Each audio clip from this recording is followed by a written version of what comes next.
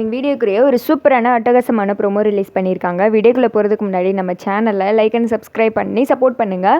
First சீனில் வந்துட்டு நம்ம ரேவதிக்கும் மகேஷ்க்கும் அந்த நிச்சயதார்த்தம் வந்துட்டு நல்லபடியாக முடியுது. அதை பார்த்ததும் ஃபேமிலியில் இருக்கவங்க எல்லோரும் சந்தோஷமாக இருக்காங்க. கார்த்தி மட்டும் நம்மளை இப்படி சொல்லிட்டாங்களே அப்படின்னு சொல்லிட்டு ஒரு மாதிரி டவுட்லேயே இருக்கார். என்ன நடக்குதுங்க அப்படின்னு சொல்லிட்டு.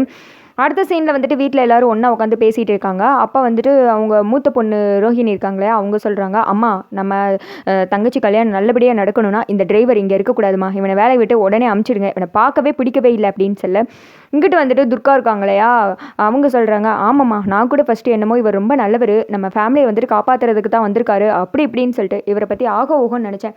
ஆனால் இவர் என்னென்னா மாப்பிள்ளையவே கடத்தி மயக்க போட வச்சு அந்த இடத்துல இவர் வந்து நின்றுருக்காருனா என்னால் இன்னுமே இதை கற்பனை பண்ணி கூட பார்க்க முடியலம்மா.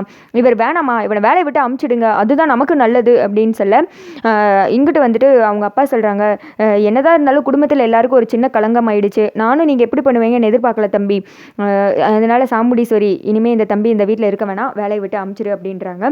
கார்த்தி வந்துட்டு இதெல்லாம் கேட்டு அமைதியாகவே இருக்காங்க. சாமுண்டீஸ்வரி மட்டும் என்ன முடிவெடுக்குன்னு தெரியாமல் அப்படியே யோசனையில் உட்காந்துக்கிட்டு இருக்கேன்.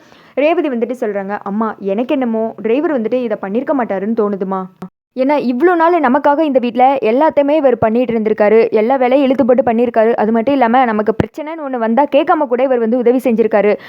மகேஷ் வந்துட்டு ஏதோ தெரியாமல் சொல்கிறாருன்னு நினைக்கிறேம்மா, கண்டிப்பாக இதில் வேறு ஏதோ சூழ்ச்சி இருக்குது, வேறு யாரோ தான் மகேஷை வந்துட்டு இந்த மாதிரி பண்ணியிருக்காங்க, பழியை தூக்கி நம்ம டிரைவர் மேலே போடுறதுக்கு அவங்க ட்ரை பண்ணியிருக்காங்கம்மா, டிரைவர் இந்த வீட்டில் இருக்கிறதாம்மா எனக்கு நல்லதாக படுது, கண்டிப்பாக நம்ம டிரைவர் இதை பண்ணியிருக்க மாட்டாருமா, இதை நான் ஆணித்தரமாக நம்புகிறேன் அப்படின்னு சொல்ல அமைதியாகவே இருக்காங்க. என்னம்மா நான் இவ்வளோ தூரம் சொல்லிகிட்டு இருக்கோம், நீங்கள் அமைதியாகவே இருக்கீங்க, என்னதான் முடிவெடுத்திருக்கீங்க அப்படின்னு சொல்லிட்டு கேட்க, இந்த திக்கா வந்துட்டு அவங்க அப்பா சொல்கிறாங்க, சாமுண்டீஸ்வரி ஏதாவது ஒன்று பேசு, நாங்கள் எங்கள் பக்கம் இருக்கிற நியாயத்தெல்லாம் சொல்லிட்டோம் அப்படின்னு சொல்ல சாமுண்டீஸ்வரி எந்திக்கிறாங்க. அதோட பார்த்தீங்கன்னா வீடியோ முடிஞ்சிருது.